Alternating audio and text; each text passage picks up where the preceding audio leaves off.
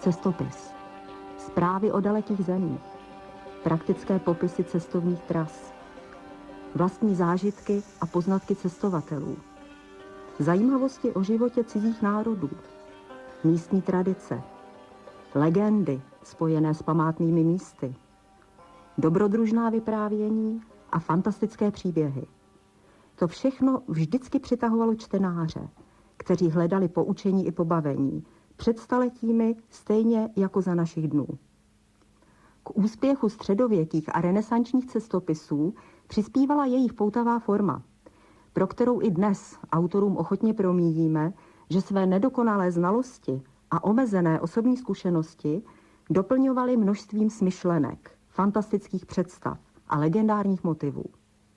Výjimku v tom netvoří ani cestopisná literatura, která vznikala v židovských komunitách. Jejím základem byly jednoduché itineráře, to je popisy cestovních tras se seznamy míst, která se cestovateli doporučovala k návštěvě, anebo naopak, kterým se měl raději vyhnout. Mezi obecnými důvody cest ve středověku byl na prvním místě obchod, dále navazování styků se vzdálenějšími územími a státy a konečně výboje. Pro Židy mělo cestování ještě další cíl. Pouť do Palestiny, do svaté země. Na místa, která pro Židy byla stejně svatá jako pro křesťany a muslimy. V jejich zprávách se pak skutečné poznatky konfrontují jak s židovskou náboženskou tradicí, tak s informacemi dosavadních starověkých a raně středověkých pramenů. Mezi středověkými hebrejskými cestopisy jsou dva, které patří k nejstarším dochovaným textům svého druhu a od svého vzniku si získali u židovských čtenářů stálou popularitu. Prvním z nich jsou Masaot, to jest cesty, španělského kupce Benjamina Studely a datují se do let 1160 až 1175. Tato kniha byla sepsána podle vyprávění muže ze země Navara jménem Rabbi Benjamin, syn Rabbi Jony Studely. Ten se vydal na cestu a prošel mnoho dalekých zemí a všude, kam přišel, si zapsal vše, co viděl anebo slyšel od hodnověrných lidí. Když se pak vrátil do Kastílie, a to bylo v roce 4933 podle židovského letopočtu, přinesl tyto záznamy sebou. Řečený rabbi Benjamin byl muž moudrý, vzdělaný a učený a cokoliv z jeho slov bylo podrobeno zkoumání a ověření, ukázalo se správným a pravdivým, neboť to byl čestný, pravdomluvný člověk. Autorem druhého cestopisu, nazvaného Sibuv, čili putování, byl středoevropský učenec Petachia z Řezna. Ten je pro nás zajímavý už tím, že své putování v letech 1175 až 1185 zahájil v Praze. Část svých zápisků cestou ztratil a zbytek po návratu předal jednomu ze svých přátel. Ten je opět svěřil jinému editorovi, který pro nás zůstal neznámý. Tak se Petachiův itinerář na neštěstí zachoval jen ve formě zlomkovitých vyprávění.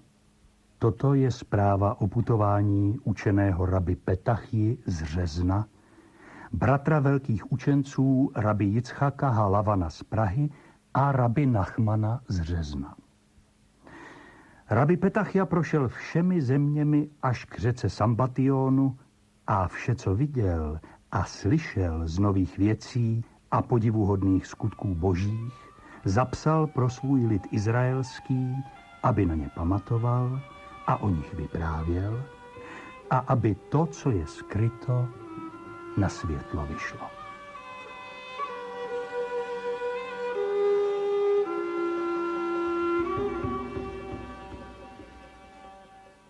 Hlavním cílem putování Benjamina Studely i Petachy z Řezna byla svatá země. Jejich cestovní trasy ovšem vedly rozdílným směrem. Benjamin tam směřoval přes jižní Evropu a Balkán, kdežto Petachia postupoval cestou ze severu. Benjamin Studely navíc uvádí různá místa kolem Perského zálivu. Píše o Médii, Perzii, Indii, popisuje Malabárské pobřeží a ostrov Ceylon a jako první Evropan se zmiňuje o Číně. Zprávy obou cestovatelů mají typické rysy středověkého cestopisu. Benjamin i Petachia uvádějí jména míst, kudy prošli, vypravují o jejich obyvatelstvu, jmenují představitele židovských obcí a významné místní učence, popisují veliká a důležitá města a mnoho pozornosti věnují památným místům spojeným s významnými osobnostmi židovských dějin. Taková místa byla obvykle opředena řadou legend, které naši autoři svědomitě zaznamenali. Toto například píší o hrobu proroka Ezechiela. Při řece Eufratu leží synagoga proroka Ezechiela. Pokoj mu. Kolem ní stojí 60 věží a vždy mezi dvěma z nich je malá synagoga. Na dvoře té velké stojí svatostánek a za ní se nachází hrob Ezechiela ben Buziho, nad nímž se klene veliká kupole. Je to nádherná stavba. Jedna z těch, které zbudovali judský král Jechonia a 35 000 Židů, kteří s ním přišli poté, co ho Evil Merodach vyvedl z vězení. A ono místo leží na řece Kevar z jedné strany a z druhé má Eufrat. A všechna jména Jechoniovo i těch, kdo přišli s ním, jsou vytesána na zdi. Jechoniovo na začátku, Ezechielovo na konci. Toto místo dodnes uctívají jako malý chrám, kam se Židé zdaleka přicházejí modlit ve dnech od Roš Hašana do Jom Kippurim. Pořádají tam veliké radovánky, kterých se účastní i exilarcha, a představení ješiv z Bagdádu. A všichni táboří na poli o rozloze 22 mil. Přicházejí i arabští kupci a koná se tam veliký trh, zvaný Fera. Na Jom Kippurim vynášejí veliký svitek, který napsal sám prorok Ezechiel, a předčítají z něj. Na Ezechielově hrobě je umístěna lampa, která svítí dnem i nocí, ode dne, kdy ji on sám rozsvítil, až dodnes, jen v ní podle potřeby vyměňují knoty a doplňují olej. Ke svatyni patří také veliký dům plný knih, z nichž některé pocházejí až z dob prvního a druhého chrámu. A je zvykem, že každý, kdo nemá syna, věnuje tam knihu. Do synagogy proroka Ezechiela putují Židé z Perzie a Médie, modlí se tam a přinášejí dary své i od lidí své země.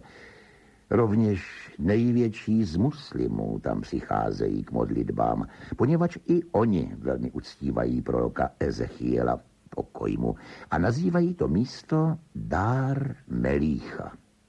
A všichni Arabové se tam chodí modlit a ani v době války se nikdo na světě nedotkne se zlým úmyslem Ezechielova hrobu, ať muslim nebo Žid. Asi den nebo půl dne cesty od Bagdádu je v poušti hrob proroka Ezechiela, který je v rukou tamního loupeživého lidu, ale klíče mají Židé. Kolem Ezechielova hrobu je silná zeď, která obklopuje rozlehlý dvůr, a ve zdi je jen jediná branka, tak malá a nízká, že ti, kdo chtějí vejít dovnitř, se musí plazit po rukou a po kolenou. Na svátek Sukot sem putují lidé ze všech zemí a tu se vchod sám od sebe rozšíří a zvýší, takže jim mohou vcházet i se svými velbloudy. Setkává se tu na Ezechielově nádvoří, kromě muslimů, kolem 60 nebo 80 tisíc Židů a na tom nádvoří staví stánky, suky.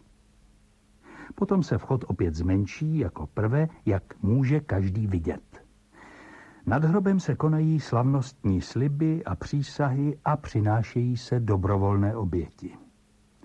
Jestliže někdo nemá děti nebo jeho dobytek je neplodný, slíbí něco a pomodlí se nad hrobem. Rabi Petachiovi vyprávěli, že jakýsi urozený muž měl neplodnou klisnu.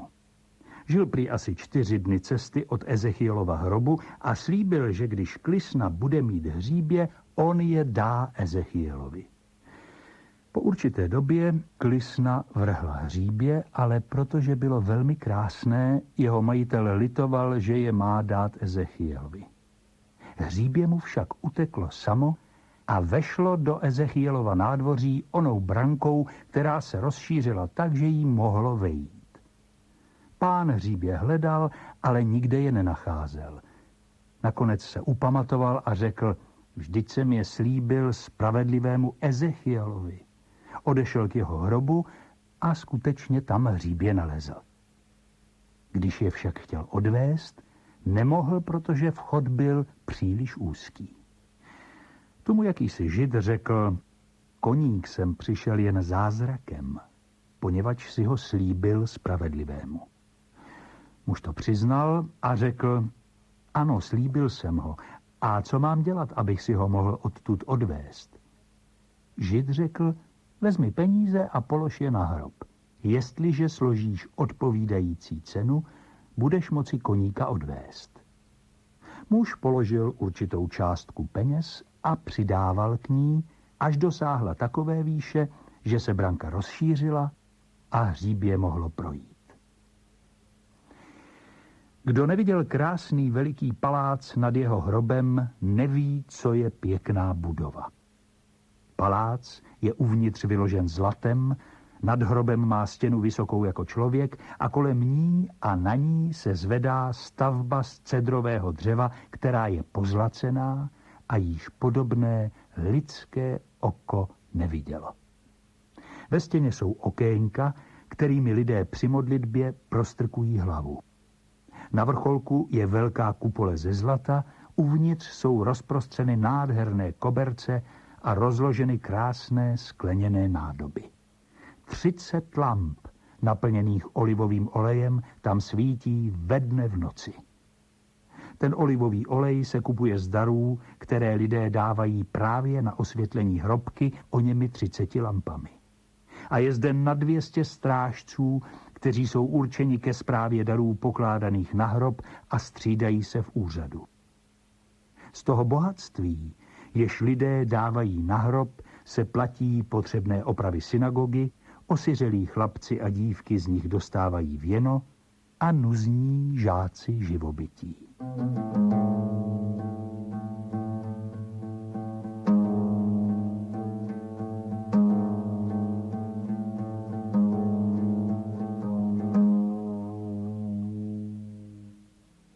Jak je vidět, Petachia daleko obšírněji než Benjamín zaznamenával legendy kolem jednotlivých míst a dá se říci, že si v jejich přijímání počínal naivněji než jeho předchůdce, s větší důvěřivostí a menší pozorností.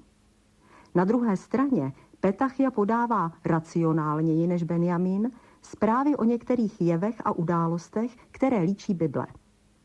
Je to například babylonská věž, nepochybně jeden ze starověkých zikuratů v Mezopotámii, nebo Noémova archa, anebo solný sloup, ve který se podle pověsti proměnila Lotova žena.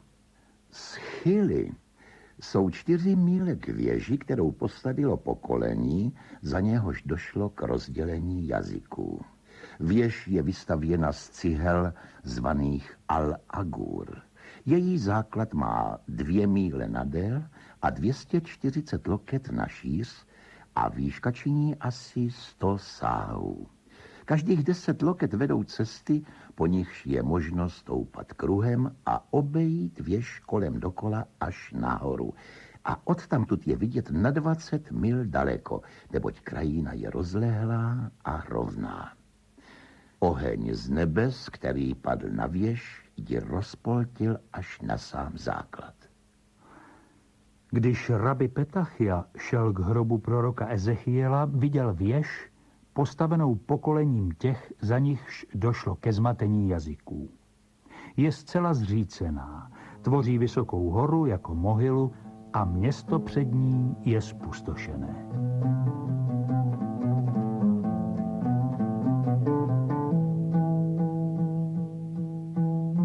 Ostrov Gezir ben Omar, čili Džazírat ibn Umar, leží na řece Chidekelu neboli Tigridu. Rozkládá se u paty pohoří Ararat, 4 míle od místa, kde spočinula Noémova archa. Avšak chalífa Omar ben al-Chattab dal archu sejmout z vrcholku hor a udělal z ní modlitebnu pro muslimy. Rabi Petachia vyprávěl, že pohoří Ararat je vzdáleno 5 dní cesty od Babylonu. Jsou to vysoké hory a jedna z nich, převysoká, nahoře rozeklaná ve 4 vrcholy, vždy 2 a 2 proti sobě. A právě mezi těmi 4 jakoby horami se zastavila Noémova archa a nemohla z nich ven. Dnes ale už tam archa není, protože se rozpadla.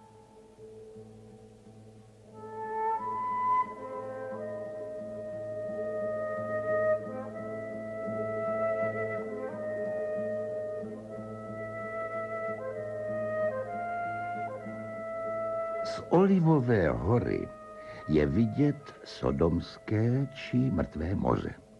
A od něj jsou 2 parasangy k solnému sloupu, který býval Lotovou ženou.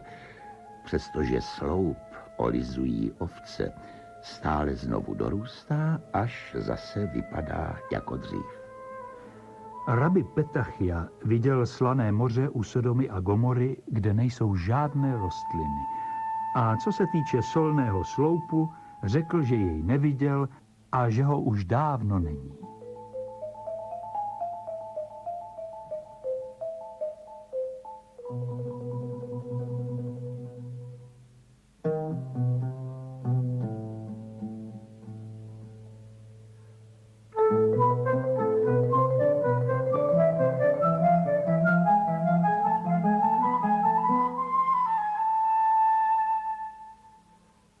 K Mrtvému moři došli oba naši cestovatelé z Jeruzaléma, hlavního cíle své cesty.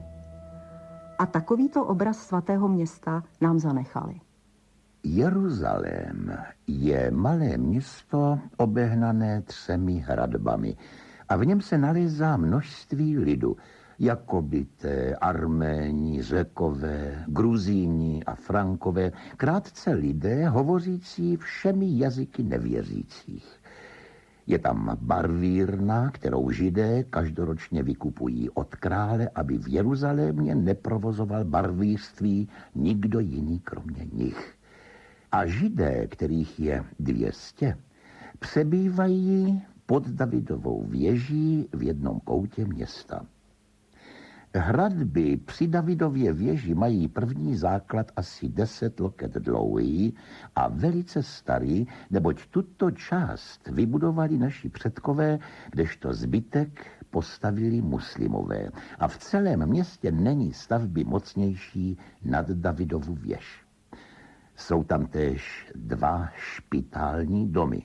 V jednom sídlí 400 rytířů a nacházejí v něm útulek všichni nemocní, kteří přijdou do města a jimž se tam dostává všeho potřebného jak za života, tak pokud zemřou.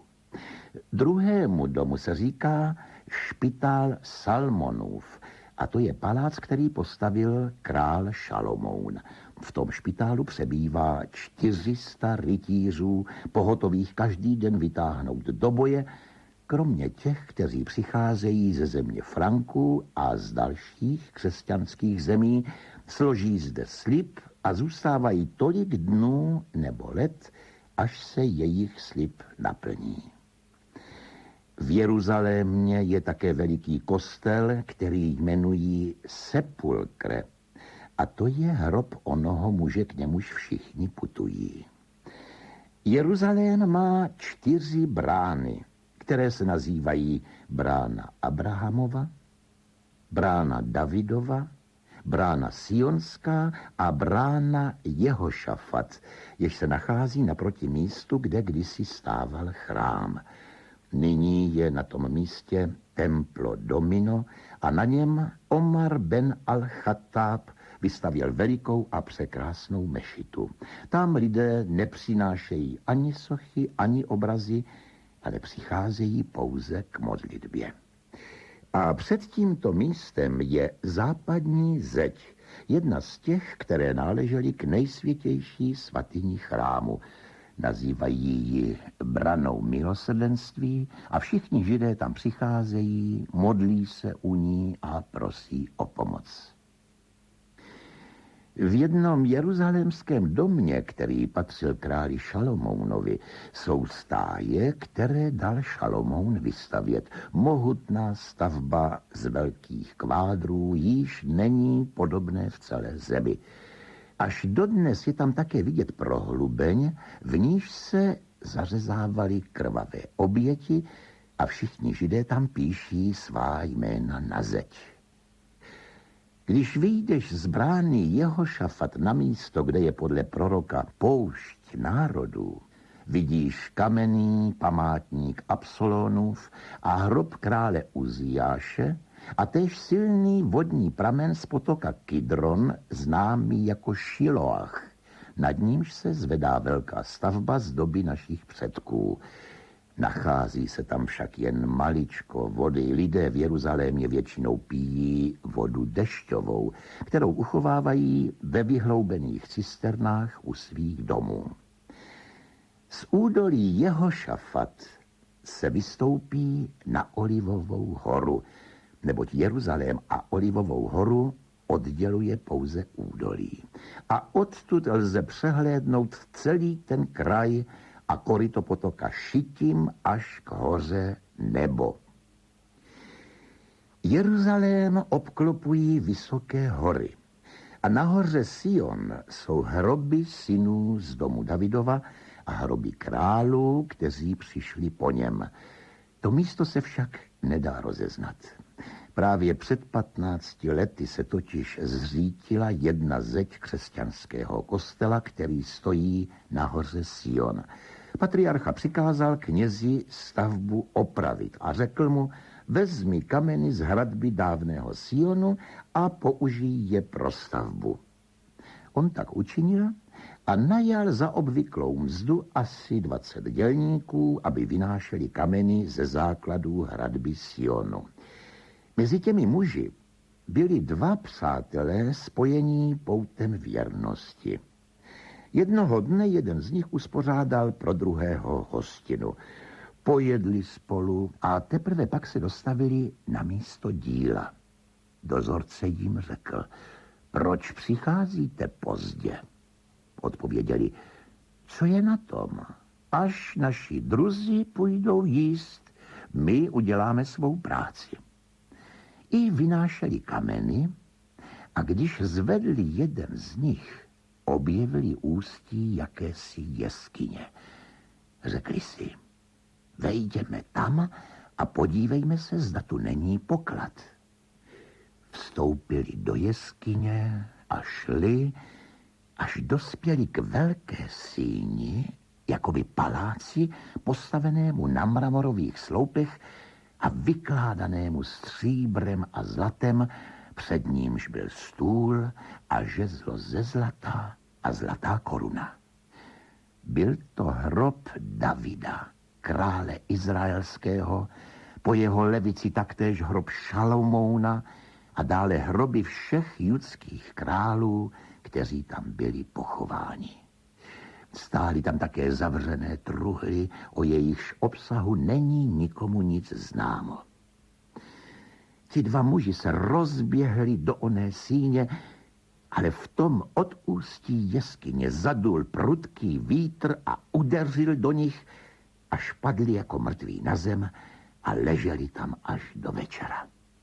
A hle, zadul jiný vítr a zaryčel lidským hlasem: vstaňte, odejděte z tohoto místa.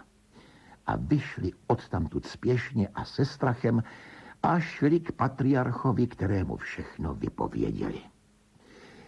Patriarcha na to poslal prorabí Abrahama al-Konstantiního, zbožného asketu, jednoho z těch, kdo truchlí nad skázou Jeruzaléma, a vyprávěl mu vše, co slyšel od těch dvou mužů, kteří přišli z jeskyně. A rabi Abraham mu pověděl, že jsou to hroby Davidovců a králů judských. Nazítří pak poslali pro ony dva muže ale našli je oba na loži, vyděšené a zkoucí. Už tam nevstoupíme, neboť Hospodin si nepřeje, aby ty věci kdokoliv viděl. Tehdy patriarcha rozkázal uzavřít to místo a utajit je před lidmi. A tak je tomu dodnes. A byl to právě onen zbožný rabi Abraham, kdo mi celý ten příběh vyprávěl. Pak rabi Petachia přišel do Jeruzaléma, kde žije pouze jediný Žid, barvíř rabi Abraham, a ten platí králi velikou daň, aby ho tam nechali. Ukázal rabi Petachiovi Olivovou horu i viděl tam skalní výšinu 3 lokte vysokou a 23 širokou.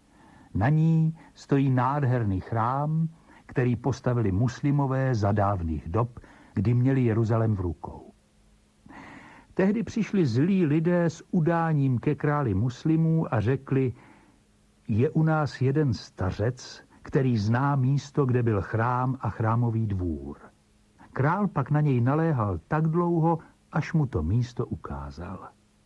Ten král byl přítelem Židů a pravil: chci tam postavit chrám, v němž se nebude smět modlit nikdo jiný než Židé. A postavil chrám z mramorových kvádrů, nádhernou budovu z mramoru červeného a zeleného a všech jiných barev. Pak přišli křesťané a postavili tam sochy, které však spadly. Nakonec jednu sochu vsadili do tlusté zdi, ale v domě nejsvětější svatyně neobstála žádná. V jisté vzdálenosti odtamtud je na jedné straně vyhlouben hrob a na druhé se nachází špitál pro chudé. Zem se tam rozpukla v prohlubeň, která se nazývá Geben Hinnom, a tam je jejich pohřebiště. V Jeruzalémě je brána, kterou nazývají branou milosrdenství, a ta je naplněna kamením a maltou. Projít ji nesmí žádný Žid a tím méně nevěřící. Jednou nevěřící chtěli z brány odstranit zdivo a otevřít ji, a tu se země izraelská zatřásla a ve městě nastalo pozdvižení, až museli přestat. Podle židovské tradice touto branou odešla boží přítomnost a opět se jí v budoucnosti vrátí. Ona brána je obrácena k Olivové hoře, a protože Olivová hora je nižší než ona, ten, kdo na ní stojí, vidí bránu, jak je psáno. Stanou nohy jeho v ten den na hoře Olivové, okem v oko uzří, že Hospodin znovu se vrátí na Sion. Totiž vrátí se právě touto branou. Lidé se tam modlí. Davidova věž v Jeruzalémě stále stojí a celá země izraelská sahá na 3 dny cesty.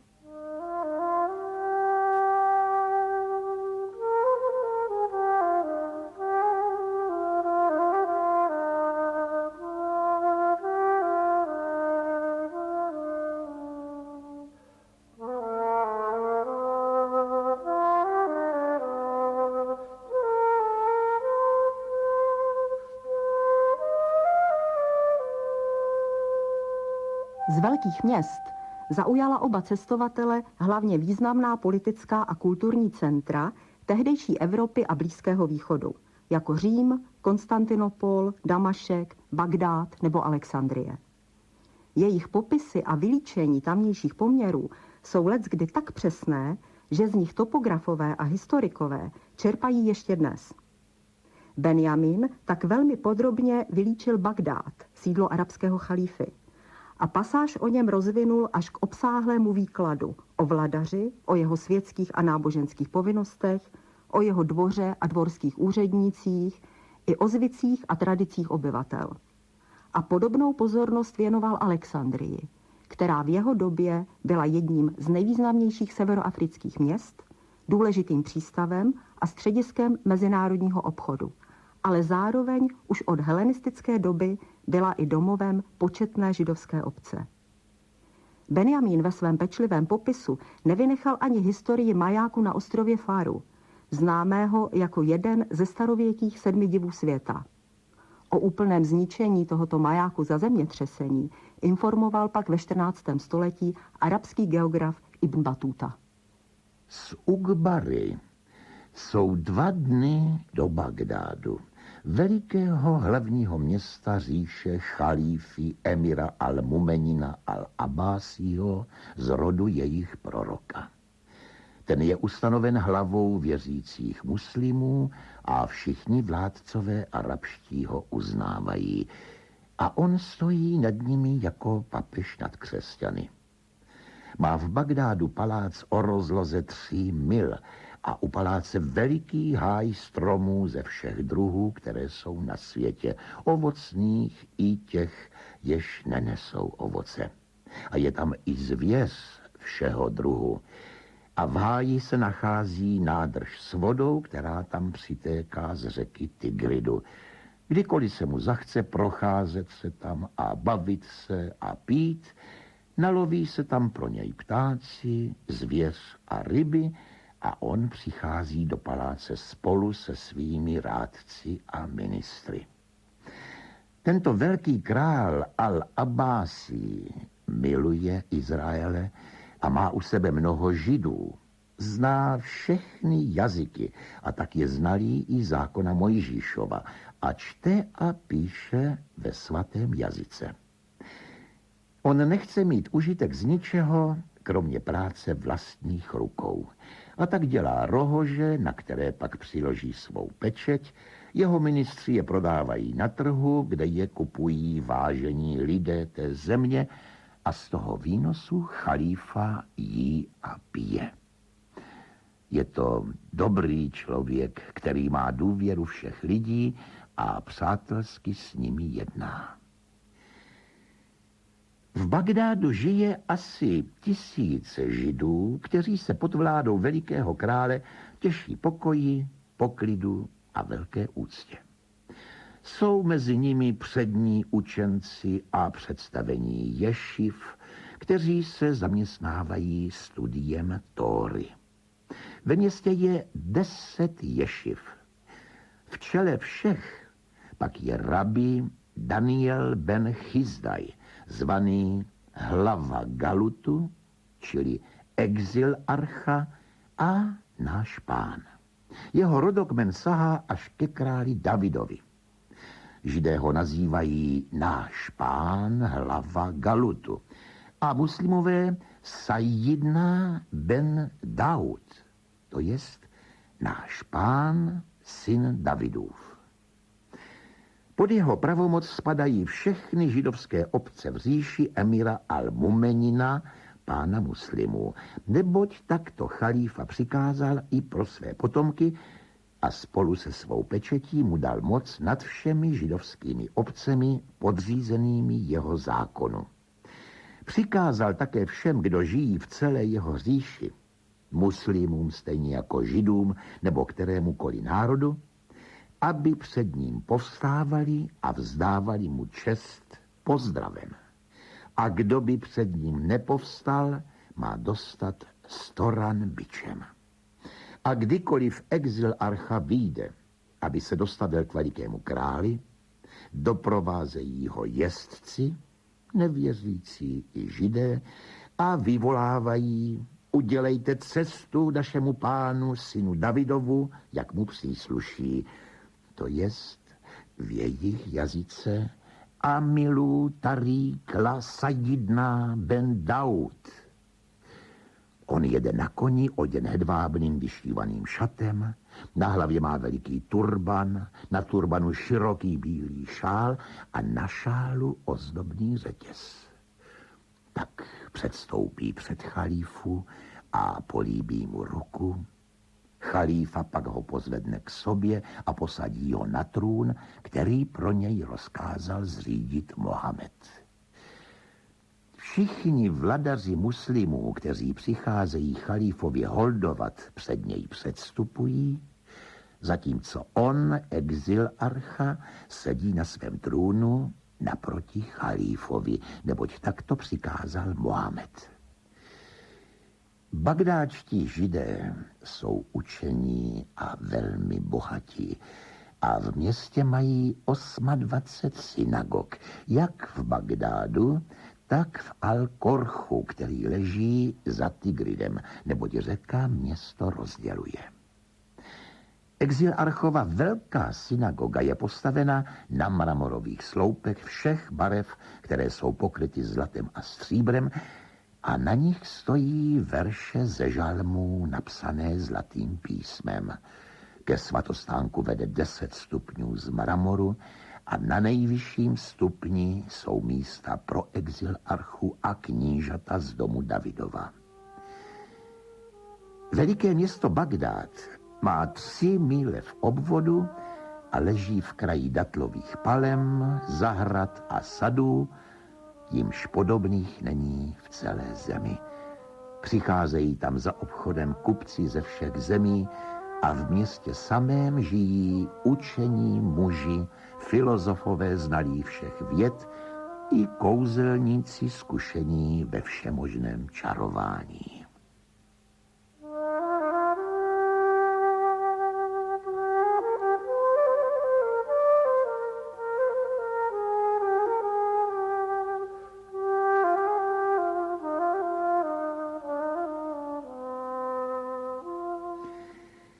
Alexandrie dostala jméno podle Alexandra Makedonského, který ji postavil jako velice silné a krásné město. Domy, paláce a hradby jsou nádherně stavěny.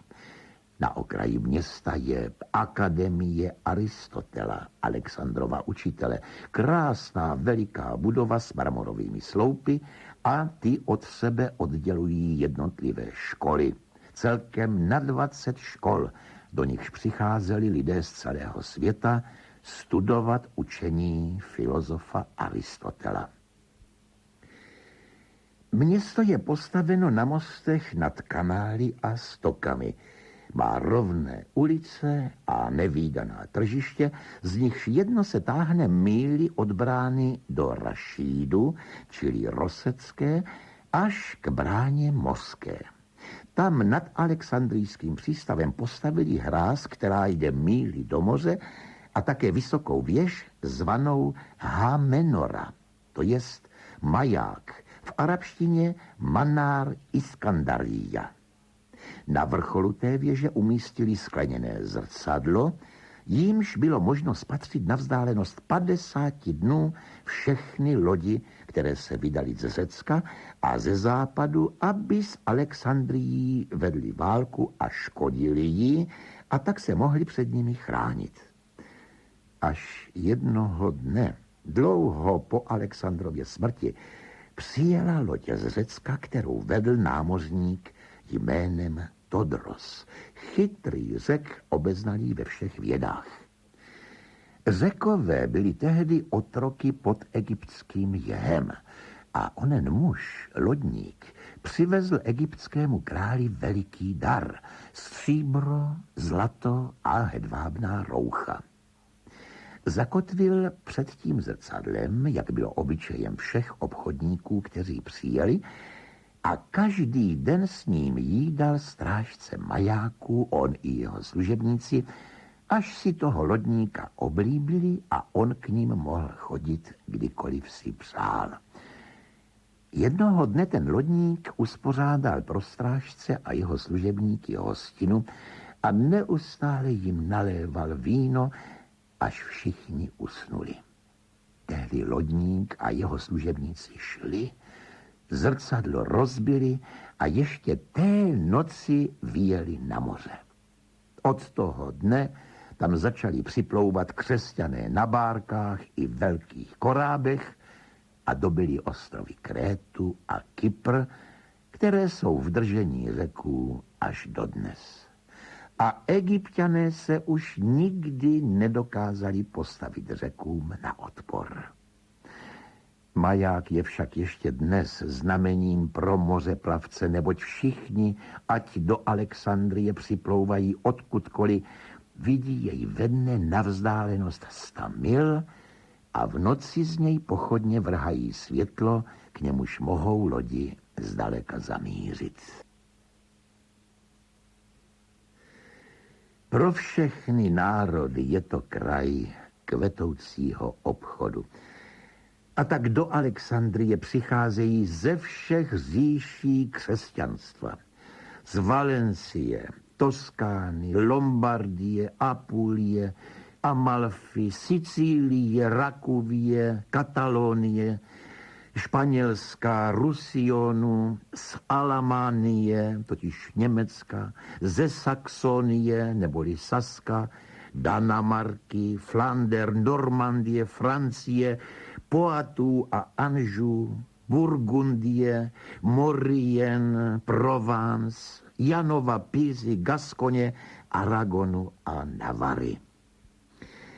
Mnozí přijíždějí ze západu, ze zemí pod muslimskou vládou, jako Al-Andalusu, Algarve, totiž Portugalu, z Afriky a Arábie, stejně jako od indické strany z Chavily, Al-Chabaše, Nubie, Al-Jemenu, ze země Šineár, čili Mezopotámie, až Šámu, neboli Sýrie, a kromě nich ještě lidé z Javanu, totiž Řekové, a At-Turk, to jest Turci. Z Indie se dovážejí mimo jiné všechny druhy koření, které kupují křesťanští kupci. Ve městě panuje čilý obchodní ruch a každý národ má své vlastní fondako, čili hostinec.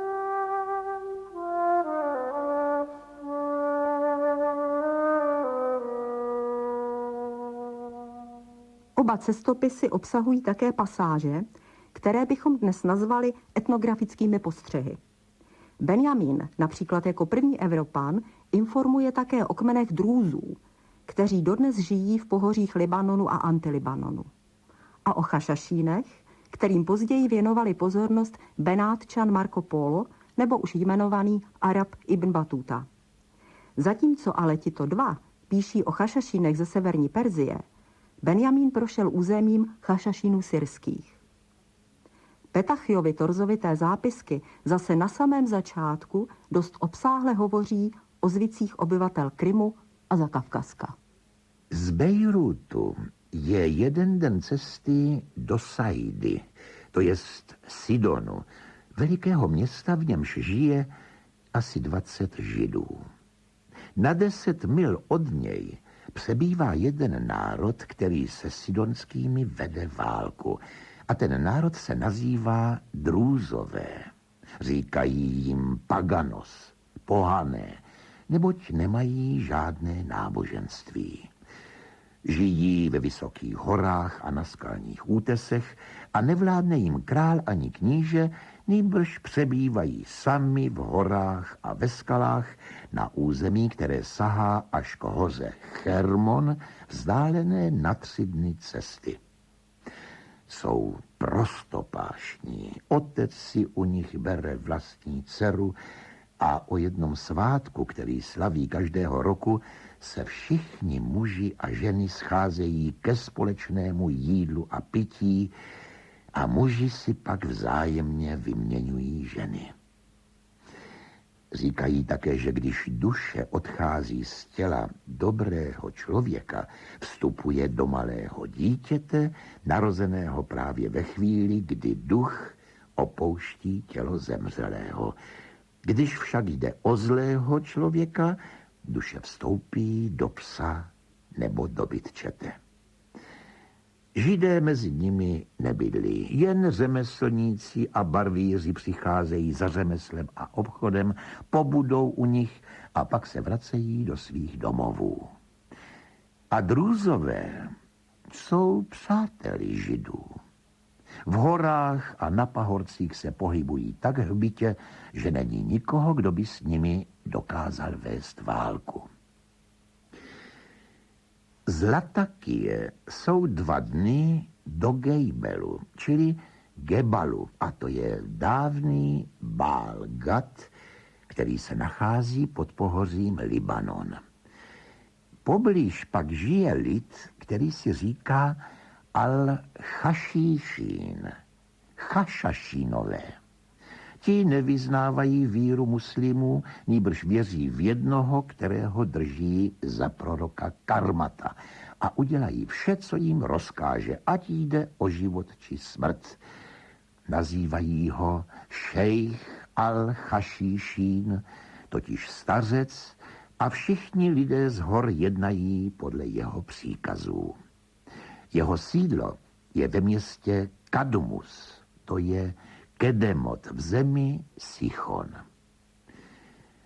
Všichni Chašašínové jsou si vzájemně věrní a spoléhají jeden na druhého, jak jim stařec kázal, a všude se jich bojí, neboť oni ve své oddanosti zabíjejí i krále. A cesta jejich zemí trvá 8 dní. Vedou válku s Franky, to jest křesťany, a s vládcem Tripoli, totiž Tarabulusu až Šám. Rabbi Petachia vyšel z Prahy, která leží v zemi Behem, čili v Čechách, nejprve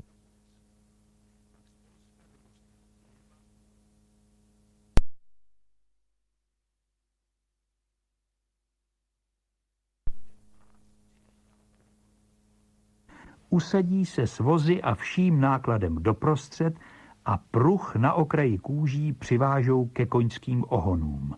Koně plavou a oni se tak přepraví přes vodu. V zemi Kedar nejedí chléb, nýbrž rýži a proso vařené v mléce, mléko a sýr. Také kladou řízky masa na koně pod sedlo. Pak na koně sednou a ženou ho a jak se kůň potí, maso se ohřeje a oni je jedí. V zemi Kedar necestují jinak než s průvodcem. A kedarští se vzájemně zavazují přísahou tím způsobem, že jeden si vrazí do prstu jehlu a dá tomu, který se s ním má vydat na cestu, spolknout krev. Takže ten je mu pak jako jeho vlastní krev a tělo.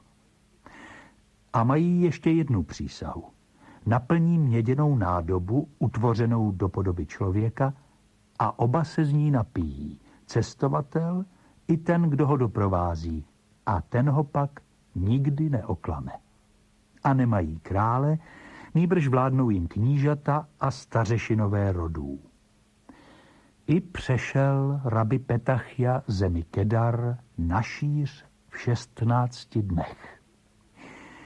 Její obyvatelé žijí ve stanech, daleko vidí a mají dobré oči, protože nejedí sůl, a táboří na místech, kde rostou byliny vydávající příjemnou vůni.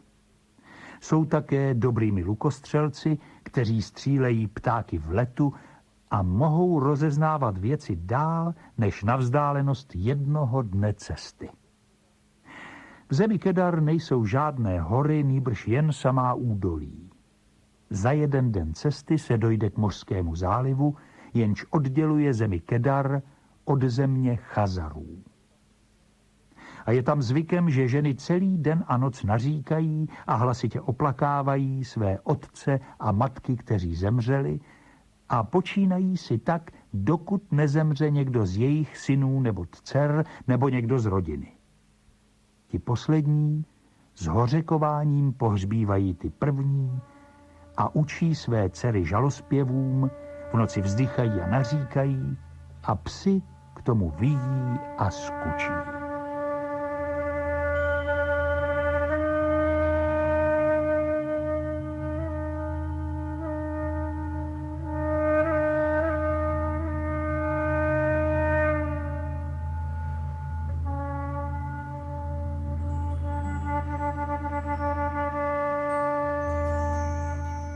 V Petachiových poznámkách je zachycená také řada jeho vlastních zážitků, ve kterých se mimo jiné odráží samozřejmý údiv středoevropského cestovatele nad takovými podivuhodnostmi, jako byl například pštros nebo slon.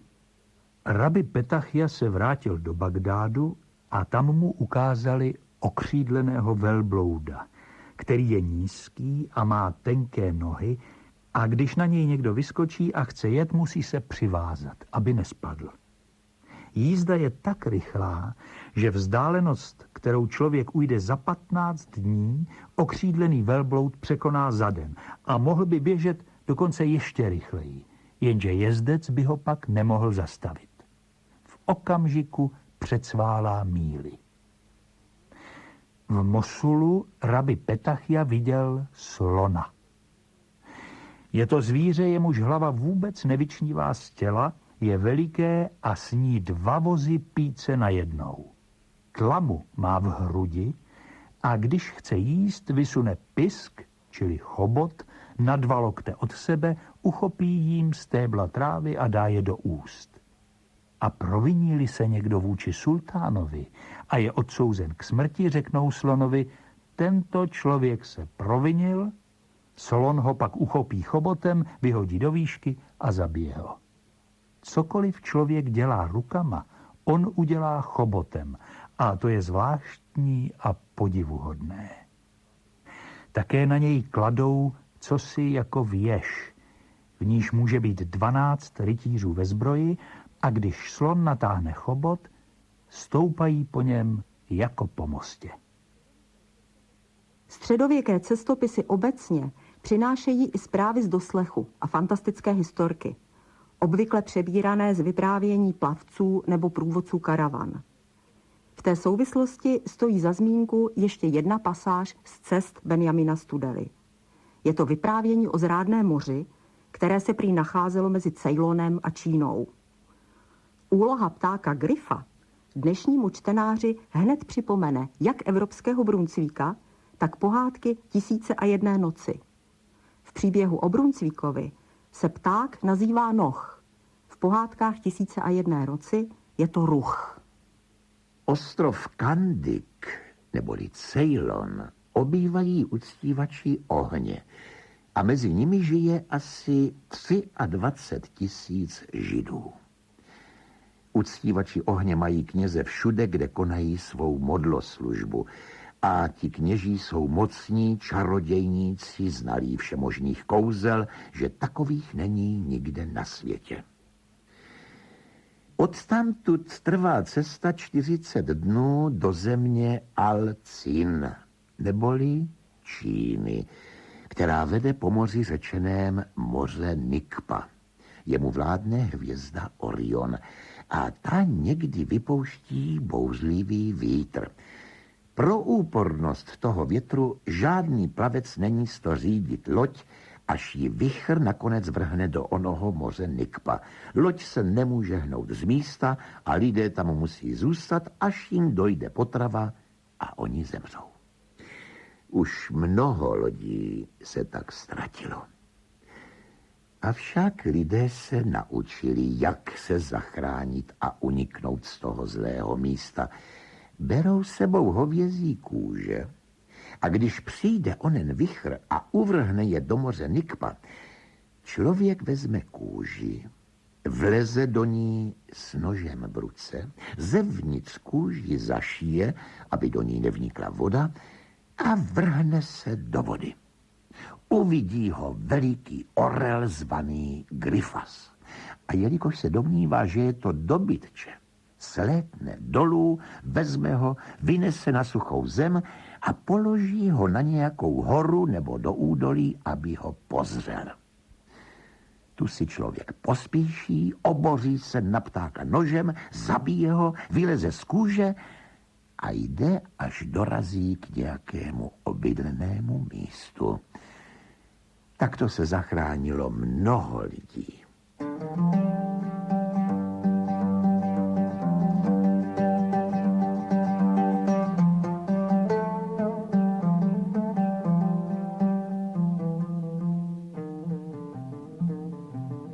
Benjamin Studely a Petachia z Řezna byli pouze 2 jednotlivci z tisíců evropských Židů, kteří při pouti do Palestiny prošli řadou evropských a východních zemí. Mnozí z nich zanechali popisy svých cest, ale málo které přinesly něco nového. Také tyto pozdější itineráře přes svůj praktický účel směšovaly skutečnost s legendou, dobová fakta s dávnou tradicí a vlastní zážitky se zprávami z doslechu. Zprávy z druhé ruky nepochybně tvoří i závěr spisu Benjamina Studely, který je věnován střední Evropě a slovanským zemím. Benjamin tyto oblasti osobně nenavštívil, ale patrně považoval za nutné uvést je, protože střední Evropa se již v jeho době stávala důležitým centrem židovské diaspory. Jeho stručné údaje jsou značně zkreslené, i když na druhé straně se v označení českých zemí, jako Sklavonie a Kanán, shoduje se známou o 200 let starší zprávou rovněž španělského žida Ibrahima ibn Jakuba. Alemánia je země hor a kopců a všechny židovské obce sídlí na veliké řece Rýnu, od města Kolonia na začátku říše až k Regensburgu na jejím konci. A to je 15 dní cesty zemí, kterou Židé nazývají Aškenás. A odtamtud dále leží země Behem, neboli Čechy, která se nazývá Praga. A tam začíná území Isklavonie, to jest Slavonie. Židé, kteří tam přebývají, říkají té zemi Kenán, protože její obyvatelé, stejně jako lidé z Rusie, prodávají své syny a dcery všem národům. Je to veliká říše, která sahá od bran Pragy k branám Kyjeva, velikého města ležícího na konci oné říše. Je to země hor a lesů, kde žijí zvířata zvaná Vevirgis, čili veverky, Belinac, neboli hranostaj, a Salmonis, totiž soboly. A za zimních dnů tam pro velký mráz nikdo nevychází ze dveří svého domu.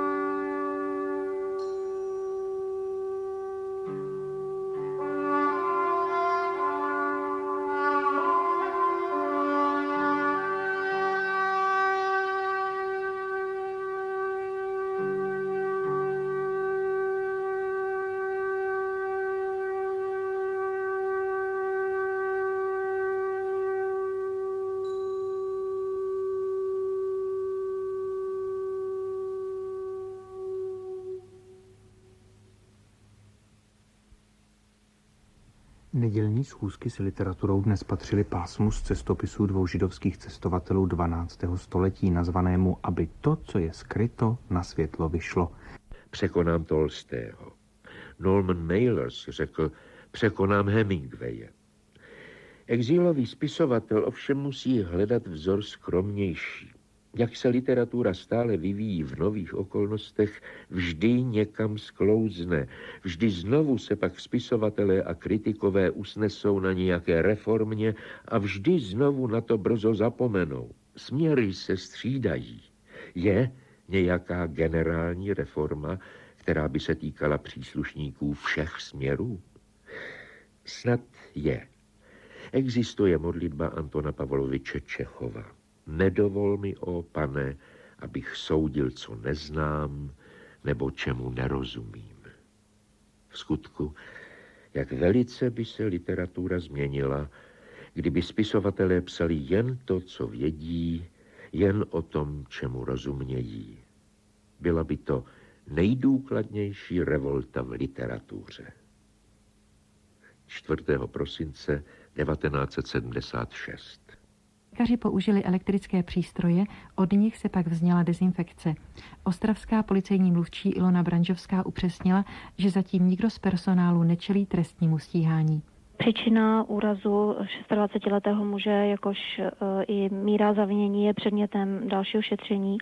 To znamená, že bude se samozřejmě zjišťovat, zda nedošlo k zanedbání povinností ze strany personálu, případně zda došlo k závadě na přístroj pomocí, který byl zákrok prováděn. Ekologická organizace Děti země navrhla plzeňského primátora Jiřího Schnebergera na udělení titulu Ropák roku. Kandidaturu si primátor podle ekologů vysloužil tím, že nedodržel svůj slib na atraktivnější cestování městskou hromadnou dopravou zavedením přestupného jízdného. Tím podepsal nárůst znečišťování životního prostředí vnitroměstskou individuální automobilovou dopravou. Titul Ropák roku udělují ekologové každoročně největším škůdcům v oblasti životního prostředí. Pokračujeme zprávami ze zahraničí. Přes Slovensko přiletěla první americká letadla v rámci příprav na případný zásah proti Iráku. Mluvčí ministerstva zahraničí hovoří o přeletu zatím 6 vojenských transportních letadel. Slovenská vláda před časem udělila souhlas s přelety amerických strojů a nedávno i s případným využitím slovenských silnic a železnic pro transport personálu a techniky. Bratislava podpořila Washington i na diplomatickém poli, když podpořila dopis 8 a podepsala prohlášení Vilniuské desítky. Slovensko rovněž vyslalo do Perského zálivu rotu specialistů na boj proti chemickým a biologickým zbraním. Ti se ještě tento týden mají připojit k českému praporu v Kuvajtu. 4 američtí vojáci přišli o život při havárii jejich vrtulníků v Kuvajtu. Stroj se zřítil během cvičného nočního letu nad pouští nedaleko provizorní americké základny Camp New Jersey. Podle amerických vojenských zdrojů nic zatím nenasvědčuje tomu, že byla helikoptéra Black Hawk sestřelena. Armáda celou záležitost označila za nešťastnou náhodu.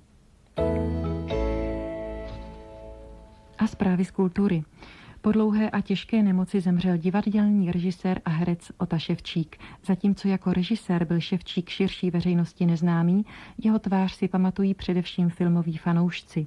Po 20 let hrál na plátně i televizní obrazovce především neprůstřelné gestapáky. Proslavil se i komickou figurkou kníže Pána v obou dílech Troškovy pohádky Princezna Zemlejna. Nejlepšími inscenacemi nesoutěžního 6. ročníku festivalu Opera 2003 se stala Nastudování Verdiho Loupežníků s Leským divadlem z Opavy a Smetanovy Prodané nevěsty plzeňským divadlem Josefa Kajetána Tyla. Čestné ceny, tradiční libušky, převezmou představitelé operních scén i ocenění solisté na závěrečném operním galakoncertu 5. března v Pražském národním divadle. S dalším společensko-kritickým projektem se v galerii Not nad klubem Roxy v Praze představuje výtvarná skupina Rafani. Jejich výstava, nazvaná Příčina, si klade otázky o příčinách stoupajících volebních výsledků KSČM i o tom, jak je možné, že tato strana s prakticky nezměněným názvem, pouze s jinou image, ale prakticky stejnou ideologií, pokračuje v linii totalitní KSČ. Po 8 představeních inscenace grafity v Tel Avivu pokračuje v úspěšném turné po Izraeli soubor Pražské laterny Magiky. Dále se představí v Jeruzalémě a Haifě. Za solové výstupy jsou 2 přední členové souboru, Eva Horáková a Pavel Knole, nominováni na ceny Thálie, které budou udělovány koncem března.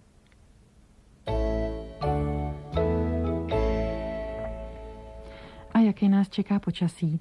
Noc bude téměř jasná, ojediněle počítejte s mrznoucími mlhami nebo nízkou oblačností. Teploty -3 až -7 stupňů, místy až -10. Den bude slunečný, jen ráno a dopoledne se ještě ojediněle vytvoří mrznoucí mlhy nebo nízká oblačnost. Denní teploty 5 až 9 stupňů, tam, kde bude zataženo jen 2, na horách 8 stupňů Celsia. Východní až jihovýchodní vítr bude mít rychlost do 20 km. Na Jižní Moravě a Českomoravské vrchovině čerstvý do 30, v nárazech do 50 km v hodině. Tlak slabě klesne a rozptylové podmínky budou v noci a ráno mírně nepříznivé, přes den se zlepší. Tolik půlnoční zprávy na stanici Vltava. Četla Dana Pilařová.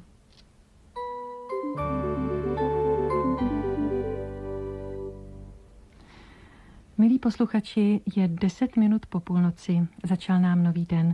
Dnes je středa 26. února 2003. Jsem ráda, že jste i v tuto pozdní chvíli naladěni na vlnách stanice Vltava a věřím, že vám bude dobrou společnicí.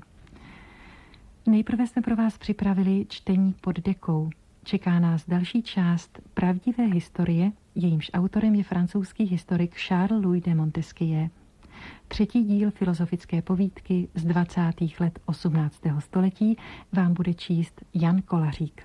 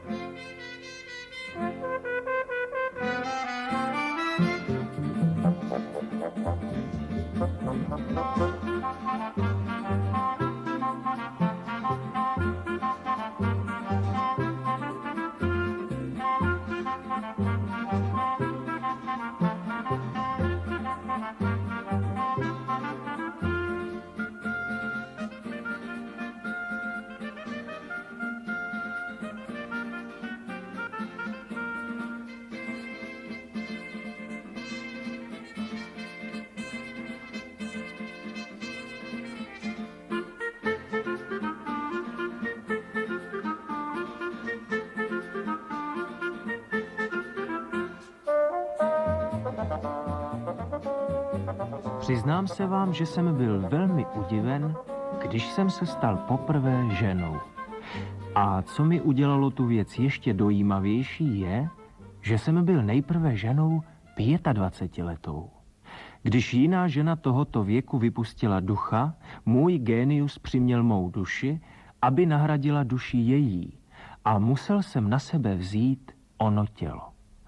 Byl jsem ve stavu malátnosti, ale znenáhla se mi mé síly vrátily a já jsem oživl při pohledu na několik stuh a zrcátko, které jsem uviděl na toaletním stolku. I jakýsi mladý muž jenž přišel a řekl mi, že mě již dlouho miluje a který mi to dokonce chtěl dokázat jistými smělostmi, jaké si podle svých slov ke mně zpravidla dovoloval, způsobil mi tolik rozkoše, že jsem nikdy nebyla tak okouzlena. Přiznám se vám, že jsem přece jen byla na rozpacích v nové úloze, kterou jsem měla hrát.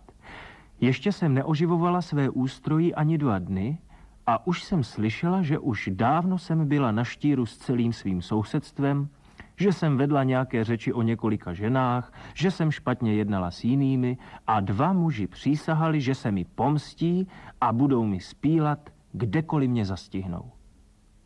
Můj manžel přišel z venkova a hned jsem viděla podle jeho zarmouceného a bručivého vzezření, že budu muset pikat za nějaké chyby. A k dovršení svého neštěstí našel v kapse šatů dopis, do něhož mi nic nebylo. Prozrazoval mu věci, o nichž jsem nevěděla a o kterých by bylo bývalo dobře, aby ani on nevěděl. Pustil se se mnou do zvláštního vysvětlování. Pozbýval rozumu, když slyšel mé odpovědi, které byly v podobné věci skutečně pramálo uspokojivé. To je možné, pane, ale já už se na to nepamatuji. Drahý příteli, je-li tomu tak, nevím, jak se to mohlo stát. Nemám, co bych odpověděla, ale nikdy bych to o sobě nebyla řekla. Když byl sám znaven svou špatnou náladou, smířili jsme se. Zase se vrátil ke svým starým způsobům, ale mé způsoby shledával novými. Nechápal, čeho jsem mohla dosáhnout tím věčným zapíráním, které jsem stavěla v čelo všech svých rozmluv. A ještě méně, jak je možno, že bych chtěla tutéž věc celý den. Ještě více jsem ho zmátla, když jsem ho pomilovala. Byl tak málo schopen slyšet doma mluvit o citech, že stále myslel, že to hraji. A byl tak nešťasten, že miloval svou ženu, když si nezasloužila jeho lásky, a že ji přestal milovat, když byla jeho lásky hodna.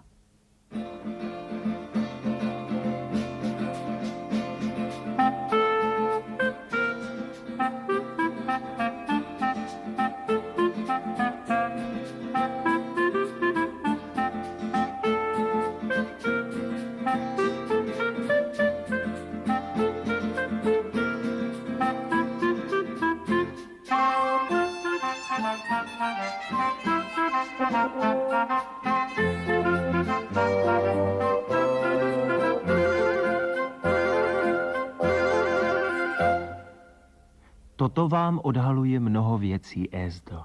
Když uvidíte lidi, jejichž povaha je neslučitelná s jejich vlastní povahou, složte je ze 2 duší a nebudete již překvapen. Narodil jsem se u afrických černochů. Když mi bylo 7 let, byla na mě provedena nejsmutnější operace. I byl jsem prodán, abych sloužil na východě v paláci jistého velmože. Povýšil jsem postupně na prvního eunucha. Nic mi nebylo skryto. Všechny poklady byly promarňovány před mýma očima a sám stud mnou opovrhoval. Jedna z těch žen, mé tajemství mi však nikdy neuniklo, mě dovedla okouzlit. Abych se jí zalíbil, musel jsem velebit její krásu jejímu i svému pánu. Mou povinností bylo přivést ji do jeho náručí.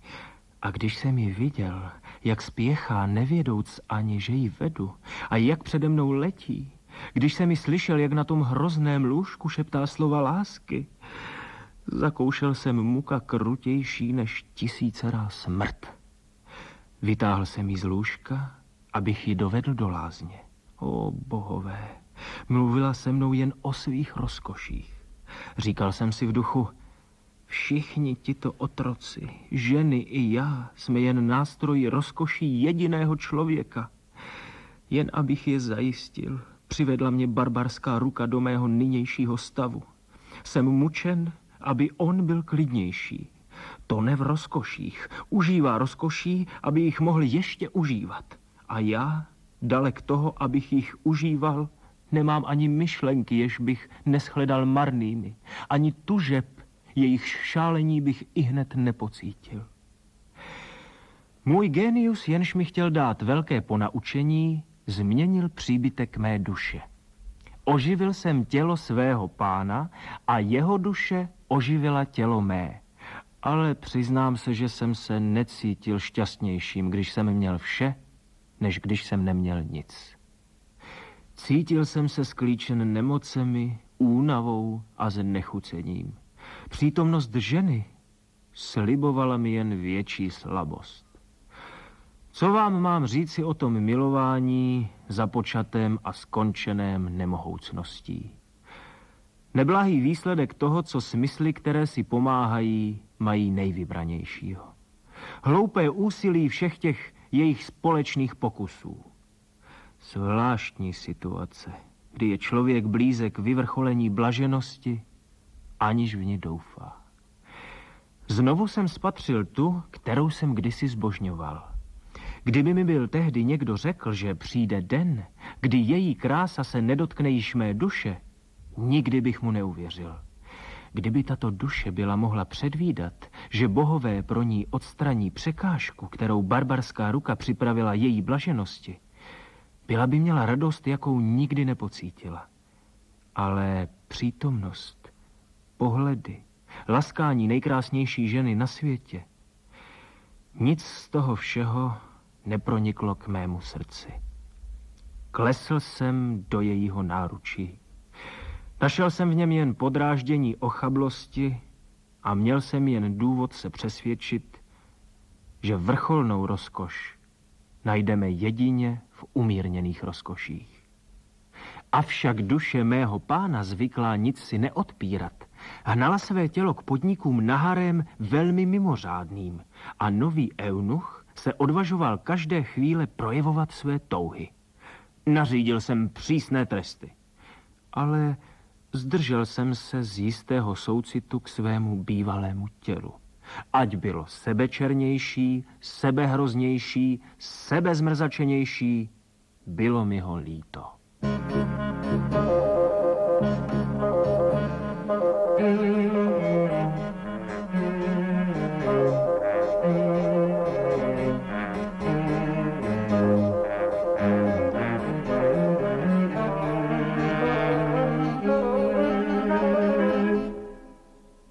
Tajemství převtělování, jakmile jsou jednou poznána, drahý Ezdo, vysvětlí téměř všechny přirozené jevy. Vidíte okouzlující ženy, které mají prašeredné milence. Vidíte muže, kteří touží po hrozných ženách. Víte, zda jejich duše nezměnily tělo? V jiném převtělení jsem shledal, že náležím ke krásnému pohlaví. Pocházel jsem z ostrova Kypru a jistý velmuž se mnou oženil. Zpočátku projedl celé své jmění. Nemohu ani říci jak, neboť byl na mizině, aniž to kdo spozoroval. V tomto stavu jsem použil zdrojů, které mohou ženě zjednat přístup ke dvoru. Vzal jsem si na starost záležitosti těch, jež Štěstěna zbavila přízně knížete. Znal jsem milce i ministry a často jsem je vídal. A abych vám pověděl o povaze oněch lidí. Jejich ješitnost byla polichocena, když mohli provést nějakou nezdvořilost mužům. A byla polichocena, když prokazovali zdvořilosti ženám. Před muži chtěli ukázat, jak jsou velcí, a před námi chtěli dát najevo, jak jsou roztomilí.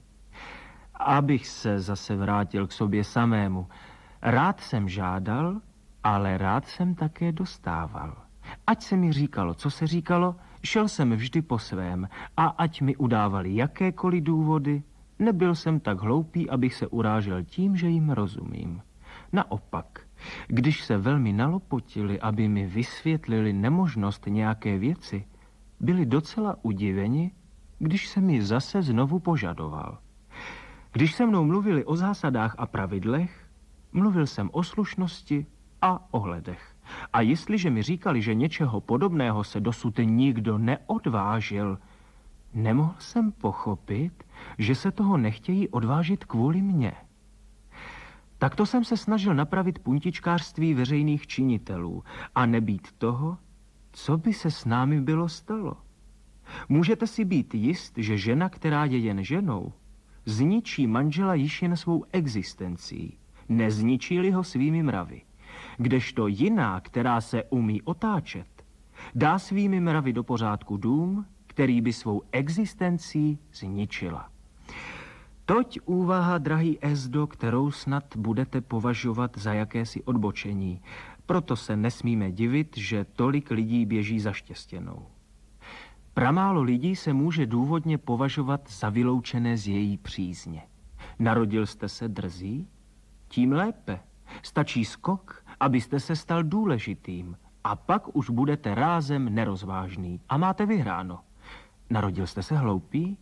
To máte dobré.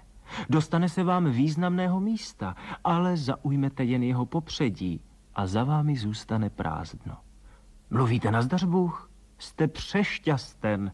Tím se zalíbíte polovině lidstva a jistě více než 3/4 ostatních lidí. Vaše hloupost vás dělá mlčenlivým? To je dobré. Nasadíte si masku soudného muže. Jdeme svou cestou. Nejinou než tou, kterou synové Štěstěny razili před námi.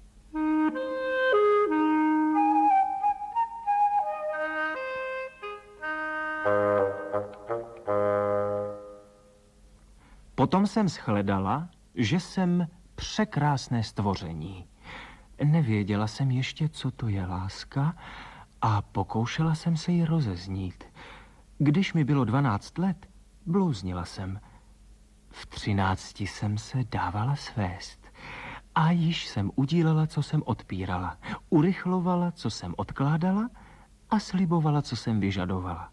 Z nevinné jsem se stávala bázlivou, nechávala jsem se ubezpečovat a vše se končilo skutky převelice smělými. Po 15 letech dobrodružství v Aténách, příliš dlouhých, abych vám je mohla vylíčit, odešla jsem do Efesu a celé 3 měsíce jsem byla tak skromná, že mě jistý mladý muž zapřísahal, abych si ho vzala. Vymohla jsem na jeho nedočkavosti 14 dní, abych se připravila na panenství. Podařilo se mi to velmi špatně, ale měla jsem dost štěstí, abych poskytla svému manželu překvapení, aniž jsem v něm vzbudila nedůvěru. Když překonal svůj první žár, poznal, že je chudý. Dovolil mi, abych se postavila v čelo jeho obchodů. Tak jsem zase zahájila svůj prvotní způsob života, ale byla jsem málo vážená, neboť jsem měla ještě za milence jen měšťáky. Ale ještě jsem měla štěstí, že jsem se zalíbila jistému velmoži a potom jednomu boháči, byla jsem náhle v módě. Všichni mě chtěli mít a já jsem se dělala důležitou. Dělala jsem velkou paní, což se stupňovalo každým dnem a dělala jsem tím větší drahoty, čím menší cenu jsem měla. Protože jsem nashromáždila jmění, myslela jsem si, že nyní budu muset milovat jen pro svou rozkoš. Ale odhodlala jsem se k tomu tak pozdě, že jsem nemohla ani říci, že to bylo také pro rozkoš druhých. Stále jsem si osobovala název krasavice. V 60 letech jsem vystupovala ještě jako okouzlující dívka. Vzhledem k mé spokojené tváři i mé nevědomosti o ztrátě někdejších půvabů mi lidé stále říkali totéž. A ježto jsem neznala okamžik, v němž mi přestali říkat pravdu a začali mě klamat, považovala jsem se nadále za roztomilou. Konečně se moji milenci začali chovat tak velkopansky a ošidili mě o tolik peněz, že mi otevřeli oči a prozradili mi tajemství, na něž bych nikdy sama nebyla přišla. Byla jsem tak šťastná, že jsem si nezbytnost stárnutí uvědomila teprve tehdy, kdy jsem si uvědomila, že musím přestat žít. Byla jsem tak často ženou a tak často mužem, Ezdo, že jsem nebyla sto jako Tejrezy a zříci, které z obou pohlaví je výhodnější. Znám výhody a nevýhody obou. Řeknu vám jen, že když jsem byla ženou, představovala jsem si, že jsem se narodila proto, abych učinila šťastnými všechny muže, jež jsem viděla. Zdálo se mi, že oživuji celou přírodu a že na všechny muže kolem dělám dojem. Konečně jsem věřila, že bohové uložili všechny své poklady a všechny své dokonalosti za závěs mého lože. Zakoušela jsem svrchovanou rozkoš, jakou vzbuzuje ješitnost, společně s tím, s kým jsem ji sdílela. Byla jsem ještě ženou a ježto jsem se líbila mnoha lidem, zažila jsem tolik dobrodružství a tak rozmanitých, že rodina mého muže, která byla jednou z nejbezvýznamnějších, se stávala proslulou. Nemohu říci, že bych byla sjednala svému manželu veřejnou úctu, ale toliko jakousi vážnost, kterou vám nemohu blíže určit, neboť se zdá být pravým opakem vážnosti samé.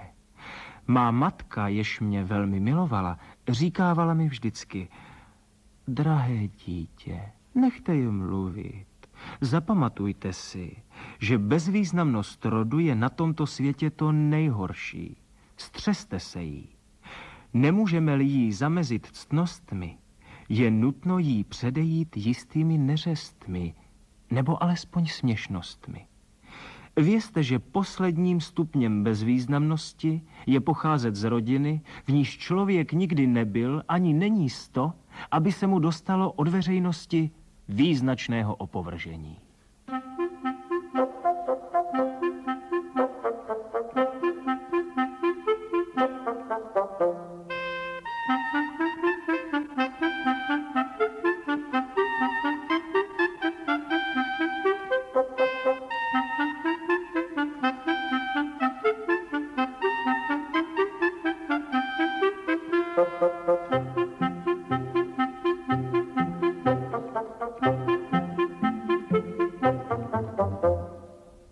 V jiném životě patřila jsem jistému peněžníkovi, to jest, patřila jsem mu po tom, co jsem patřila mnoha jiným.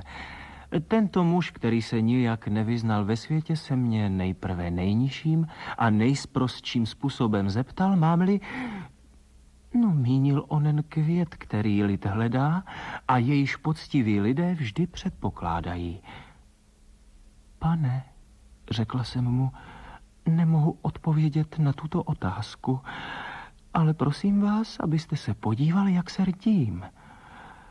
Tak roztomilý muž jako vy si zaslouží, aby se mu dostalo od ženy její první i poslední přízně, ale vaše pochybnosti mě tolik urážejí, že myslím, kdybych vás nemilovala, že bych vám vrátila všechny dary, které jste mi věnoval a byla bych neúprosná stran všech darů, jež mi chcete věnovat. Přijala jsem je jako výraz ušlechtilé vášně a proto jsem musela velice přemáhat svou jemnocit. Zaradila jsem své city ušlechtilosti, abych s tím větším leskem dala zazářit citům vašim. Kdybych byla jednala jinak a byla odmítla vaše dary, byla bych si ušetřila bolest, že jsem musela vyslechnout tak krutou otázku. Dopověděvši tato slova, uronila jsem několik slz a můj hlupák jim uvěřil. Blahopřál si, že byl úskalým, o něž se roztříštila má ctnost a jeho ješitností vzrostla jeho láska natolik, že mě zahrnul statky. Čekala jsem klidně na chvíli, kdy mi bude dávat méně. Když ta chvíle přišla, zdála jsem se mu přesvědčena, že mě již nemiluje. Urazila jsem se, byla jsem dotčena, rozkmotřila jsem se s ním a vzala jsem si jiného. Byl to šlechtic, vzal si mě a vrátil čest celému mému minulému životu. Skromnost není vlastně ctnost, ale představuje ji a jak víte, celá ta věc je plná smyšlenek. Projevila jsem zdrženlivost, vzdala jsem se teprve po značném odporu a vložila jsem do svého chování všechny nezbytné nejasnosti. Můj manžel, proživ se mnou 15 let, zemřel a zanechal mi velké jmění. V těchto nových poměrech jsem prozkoumala své půvaby a když jsem zjistila, že se značně zmenšily, měla jsem dobrý nápad a předstírala jsem prudérnost. Tento nový kousek se mi podařil, neboť moji milenci na mě nežádali již krásu a opravdu nemusela jsem již být krásná, když jsem se tak pěkně podrobila. Nikdo nemusel již být dotčen, leda jistou důstojností, kterou jsem dávala najevo, jakousi úctou, kterou jsem prokazovala sama sobě, nikoli však ostatním. Víte, že všechno záleží na překážkách, které muže těží překonávat. Což to není stále totéž? U mladé ženy vítězit nad překážkami nevinnosti a výchovy? U prudérní nad zábranami rozumu a slušnosti? V pokročilejším věku jsem se bavila ctěním bohů a přimkla jsem se k jejich sluhům.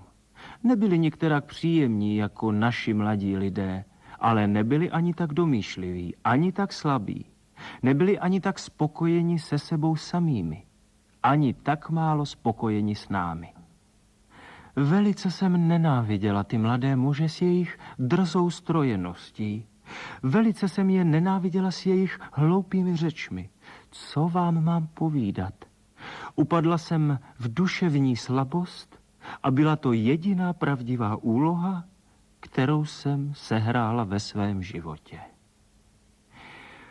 Má duše byla tak postižena ve všech těchto životech, že byla již jen schopna hýbat ženskými orgány.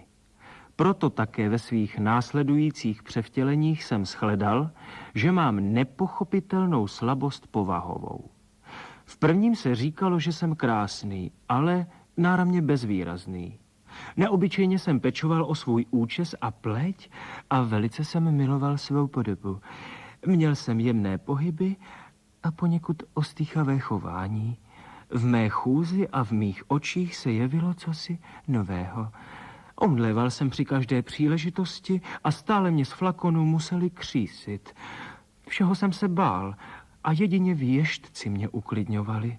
Smyslem života pro mne bylo vábit pohledy a objevoval jsem se jen na místech, kde se mi to mohlo podařit. Co se týče žen, nikdy mi nenapadlo je milovat nebo jimi být milován.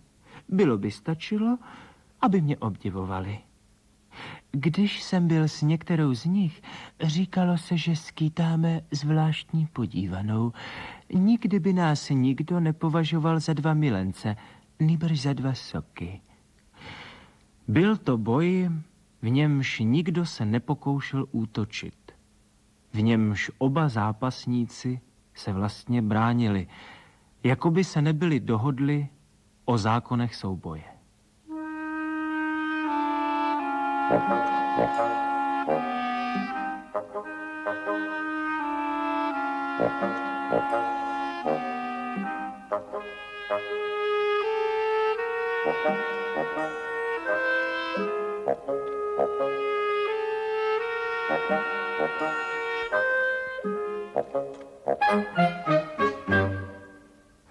Právě jsem vám vykládal o životě, v němž jsem vlastně nebyl ničím. V tomto životě byl jsem snad něčím více. Někteří lidé mě považovali za hlubce. Mimo svou tvář, svou ekvipáž a své šaty jsem se obdivoval velice svému duchu. Tato poslední věc zvětšovala mé omyly a dělala mě mrzutějším. Všimněte si, že v těchto dvou převtěleních jsem byl od přirozenosti dosti dobrý. A jak bych byl býval zlý. Když se člověk ustavičně sám sobě obdivuje, nemůže být proti nikomu popuzen. Narodil jsem se v Aténách a byl jsem zase hezkým mužem. Půvaby, jež převládají při narození šviháků, se objevily také při mém narození. Drzost, hloupost a pohrdání chvályhodnými věcmi. Když mi bylo 15 let, vystupoval jsem jako vznešený pán a dost dobře se mi to dařilo. Myslel jsem, že musím ze sebe dělat také ducha plného člověka a to bylo pro mne ještě snazší. Všechna nesnáz byla v tom, abych dělal ze sebe boháče. I myslel jsem, že mi v tom budou nápomocny ženy. Ale 5 nebo 6 stuch, jež mi věnovali, stálo mě to malé jmění, jež jsem měl. Tehdy mě všichni moji přátelé opustili. Ale pustiv se do hry, získal jsem zpět své jmění i své přátele. Můj génius vida, že mi 3krát selhal, usoudil, že nijak nelze udělat ze mne muže. Byl jsem tedy zase zaobalen do ústrojí ženského. Provdala jsem se v Makedonii.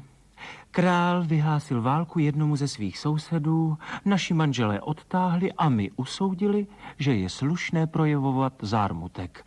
Lidé říkali, opravdu ty ženy nutně potřebují muže. Ale jak to přijde, že ti lidé, které tolik litují za války, byli za míru tak nudní? Ale já vím, že ten, jehož jsem litovala, mě nijak nenutil. Byl to velmi hezký mladý muž, synovec jednoho mého starého manžela a já jsem mu již předtím postoupila nástupnické právo po strýci, neboť ten dobrák ho užíval velmi málo. Hošík odjížděje rozloučil se se mnou způsobem, co nejvhodnějším, abych ho želela. Posuďte, byla-li jsem zarmoucena, zvláště, když má člověk dobré srdce. Můj manžel se vrátil, ale